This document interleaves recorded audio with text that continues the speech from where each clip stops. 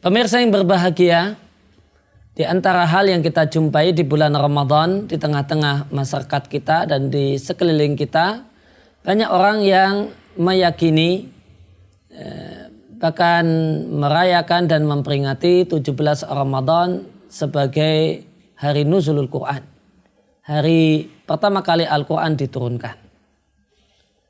Berkaitan dengan kegiatan peringatan atau perayaan dan keyakinan 17 Ramadan sebagai hari pertama kali Al-Quran diturunkan, satu hal yang patut untuk kita kritisi dan patut untuk kita telaah ulang dari dua sisi historis, sisi sejarah, dan sisi syariat. Yang pertama berkaitan dengan sisi historis. Sebagaimana kita ketahui bersama, Al-Quran memang diturunkan di bulan Ramadan. Sebagaimana yang Allah firmankan di surat Al-Baqarah, Syahrul Ramadan alladzi unzila fihil Quran. Di bulan Ramadan Allah Subhanahu wa taala menurunkan Al-Quran. Dan Allah perjelas lagi di surat Al-Qadar bahasanya Al-Quran turun pertama kali di malam Al-Qadar.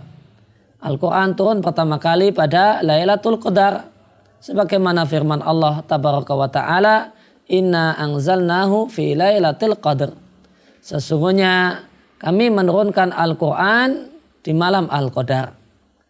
Dan dalam hadis kita jumpai penjelasan gamblang dari Nabi SAW bahasanya malam Al-Qadar atau Lailatul Qadar itu terjadi pada 10 hari yang terakhir di bulan Ramadan. Dan Nabi tegaskan juga bahasanya Lailatul Qadar terjadi pada malam-malam ganjil dari 10 hari terakhir bulan Ramadan.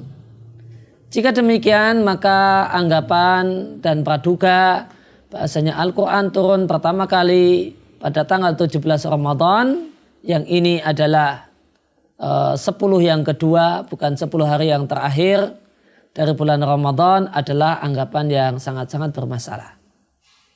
Ditambah lagi dalam hadis yang diriwayatkan oleh Muslim, Nabi SAW ditanya tentang motivasi apa yang mendorong beliau untuk banyak berpuasa di hari Senin. Maka Nabi sampaikan bahasanya di hari Senin beliau dilahirkan, di hari Senin beliau pertama kali mendapatkan wahyu, dan di hari Senin itulah beliau pertama kali diangkat sebagai Nabi.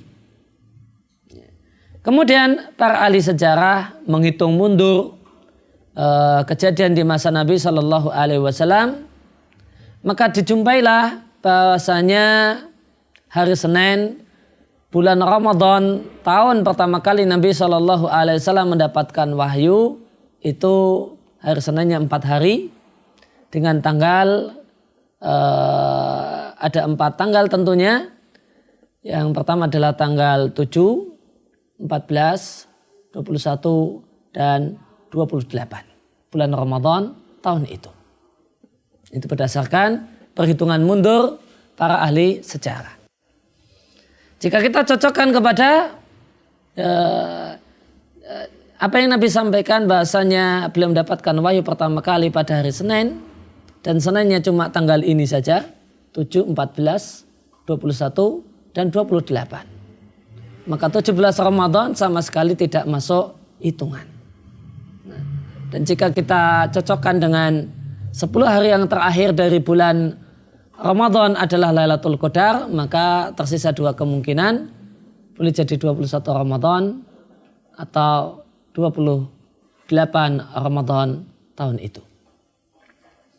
Maka dari bahasan ini kita lihat bahwasanya anggapan kalau Al-Quran turun pertama kali pada 17 Ramadan adalah satu anggapan yang salah kaprah.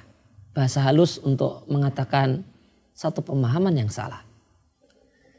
Pemirsa yang berbahagia, kemudian anggap saja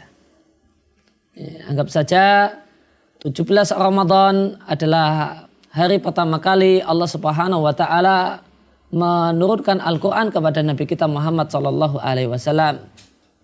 Apakah dengan seandainya ini benar, apakah cukup hal ini sebagai alasan kita untuk mendekatkan diri kepada Allah Subhanahu wa taala dengan memperingati hari ini?